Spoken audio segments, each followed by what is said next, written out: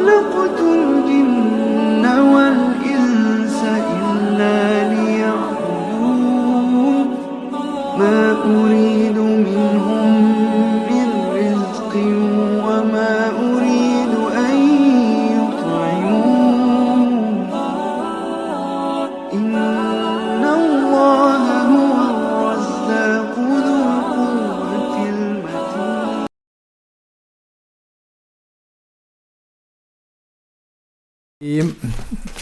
من الشيطان اللعين الرجيم. بسم الله الرحمن الرحيم. ما شاء الله لا حول ولا قوة إلا بالله العلي العظيم. حسبنا الله ونعم الوكيل ونعم المولى ونعم النصير. الحمد لله وكفى. سمع الله لمن دعا. ليس وراء الله المنتهى. ومن اعتصم بالله نجا. والصلاة والسلام على عباده الذين اصطفى محمد وآله الطيبين الطاهرين مصابيح الدجى. ورحمة الله وبركاته على من اتبع الهدى. رب اشرح لي صدري ويسر لي أمري واحلل عقدة من لساني يفقه قولي. رب يسر ولا تعسر وتمم بالخير. آمین یا رب العالمین.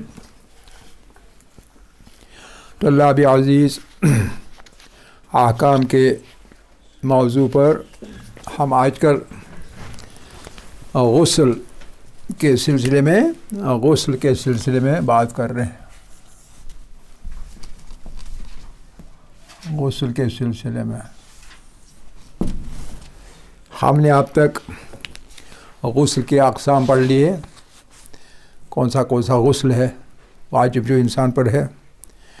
جنابت کی علامات پڑھی اور محرمات مجنب اس چیز کو بھی ختم کیا. اور شاید اسی کے ساتھ کل وقت ختم ہو گیا تھا، ایسا ہی ہے. تو آج مبطلات غسل پر آئیں گے. مبطلات غسل.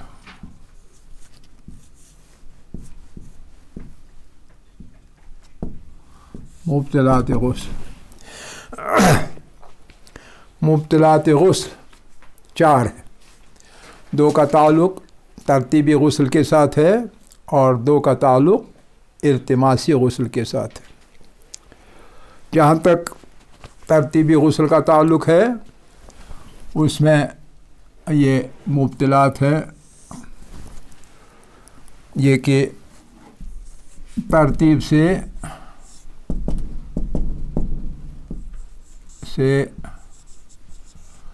عمل نہ کرنا. غسل کرنا لیکن ترتیب سے نہیں کرنا. جو اس کی ترتیب ہے اس کے مطابق عمل نہ کرنے سے غسل باطل ہو جاتا ہے. جب باطل ہوا تو کیا صرف ترتیب جان بوجھ کر اگر غلط کرے تبھی نہیں، بھولے سے بھی اگر ترتیب بدل گئی، بھولے سے بھی جان بوجھ کر بھی ترتیب صحیح نہیں رہی، غسل باطل ہے. تو لہٰذا یہ نہ کہیں کہ بھولے سے ہوگا تو اللہ کی پکڑ نہ ہوگی، تب بھی ہوگی. یہ پہلی چیز ہے جس سے غسل باطل ہو جاتا ہے. کون سا والا غسل؟ ترتیبی غسل. اور دوسری چیز جو ہے ترتیبی غسل کے باطل ہونے کی، پہلے ہوا کرتا تھا، یہ آج کل یہ نہیں ہوتا ہے. یہ مبطل آج کل عمل میں نہیں آتا ہے کیونکہ اس کا تعلق ہے حمام کے ساتھ. پہلے زمانے میں حمام کے اندر غسل کیا کرتے تھے اور جو حمام کا مالک ہوگا، مالک حمام، وہ پیسے لیتا ہے. تو مالک حمام کی حق ادائی نہ کریں یعنی پیسے نہ دیں اسے، حق ادائی نہ ہو. مالک حمام جو ہے اس کی حق ادائی نہ ہو، پیسے اس کو نہ دیے جائیں، یا یہ کہ نیت سے ہو نہ دینے کی، ایک کہ نہ دیے جائیں. دوسرا پہلے سے ہی آپ نے نیت کی ہے کہ اس کو پیسے میں نہیں دوں گا، میں اس کے ساتھ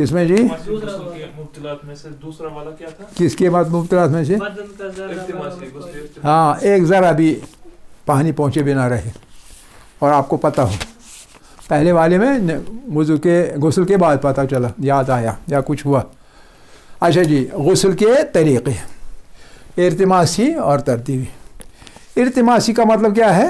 ارتماسی کا مطلب ہے ڈبکی لگانا، کسی چیز کو ڈبو دینا.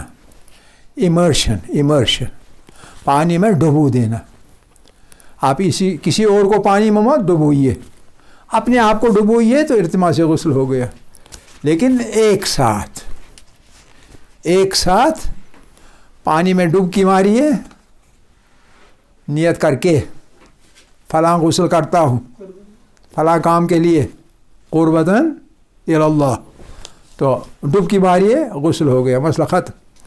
لیکن خیال رکھنا ہوگا کہ بدن کی ہر جگہ ہر طرف پانی پہنچ گیا. آپ کہیں گے پانی کے اندر تو میں ہوں تو پانی کیوں نہیں پہنچے گا؟ ہر جگہ تو پہنچے گا ہی. کبھی آپ ڈبکی ماریں گے، ہو سکتا ہے آپ پانی کے اندر چلے گئے اور آپ کے پاؤں نیچے رہے اور اتنی جلدی آپ گئے کہ پاؤں پورے کے پورے پانی انہوں نے درک نہیں کیا. آپ سمجھے؟ پھر وہ کس پر ہے؟ زمین پر یا جس چیز میں پانی ہے کہ نہیں ہے کیا یا نہیں ہے؟ ایسا ہے تو باقی بدن کو پانی پہنچے گا. کہیں ایک ذرا انگلیوں کے بیچ والے پاؤں کی یا تلوے کے اندر یا کہیں نہ کہیں وہاں پانی، چونکہ آپ کا بوجھ ان کے اوپر ہے تو وہاں پانی نہیں پہنچے گا.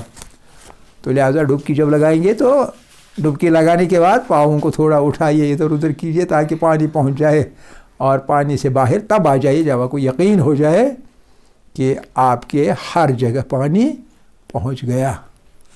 ٹھیک ہے کہ نہیں؟ ہر جگہ کا مطلب بالوں کے اندر بھی، کانوں کے اندر بھی، جہاں جہاں پانی پہنچ سکتا ہے وہاں پہنچ گیا. تو جہاں خود پہنچ سکتا ہے وہاں پہنچ گیا. آپ کہیں گے کہیں یہ خود نہیں پہنچا میں پہنچاؤں گا، انگلی ٹھوسیں گے اپنے کان کے اندر یا ناک کے اندر. آپ سمجھے؟ ایسا نہیں کرنا ہے، جہاں نیچرلی پہنچنا ہے بس وہاں. تو اس کو کہتے ہیں ارتماسی غسل. ارتماسی وضو بھی اسی طرح کیا جاتا ہے کہ جو چیز دھونی ہے اس کو پانی کے اندر ڈال کے، آپ سمجھ لیں، پانی اب دایاں ہاتھ، یہ پانی ہے گیا، آپ کا بازو گیا پانی کے اندر، ختم. یہ نہیں کہ پہلے ادھر سے ڈالو پھر ادھر سے ڈالو. یہ اسمارٹ لوگوں کا کام ہے، اسمارٹ. یہ جو ہے یہ قابل طبع لوگوں کا کام. ہاں، لیکن یہ والا جو ہے یہ سمجھا جاتا ہے زیادہ معتبر. یہ والا معتبر نہیں سمجھا جاتا ہے، حالانکہ دونوں غسل برابر ہیں، اس میں شک نہیں. ٹھیک ہے؟ ایک دم سے گئی، کلاس ہے، جلدی جلدی غسل کرنا ہے، ڈبکی ماری، ختم، چلے آئے. ٹھیک ہے؟ تو اب ترتیبی، اس میں کوئی مشکل تو نہیں رہی. ارتماس ڈبکی لگانا، اپنے آپ کو امرس کرنا پانی کے اندر. اب ترتیبی میں تین چیزیں ہوتی ہیں. نیت آپ کو پتہ ہے، نیت کرنے کے بعد ایک آپ کا سر اور گردن. نمبر ایک پر آپ اپنا سر گردن کے سمیت پانی ڈالیں گے، وہ پہنچائیں گے ہر جگہ، تھوڑا ہی کیوں نہ ہو، ہر جگہ پہنچے بس اتنا ہے. یہ نہیں کہ پوری دو چار لوٹے آپ سر پہ ڈالیں، یہ ضروری نہیں ہے. ایک لوٹے سے بھی آرام سے ہر جگہ پہنچ سکتا ہے. ٹھیک ہے؟ اور اس کے بعد بدن کا دایاں حصہ،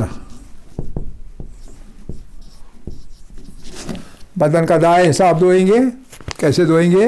پانی ڈالیں گے، یوں ایک پانی کا لوٹا ڈالیں گے، یوں ڈالیں گے، اور پھر پورے بدن پر نصف کے ادھر بھی تھوڑا سا، یہاں اس طرح پیچھے سے بھی، اور ٹانگ اوپر اٹھا کے تمام جگہ پر پانی پہنچنا چاہیے، تمام.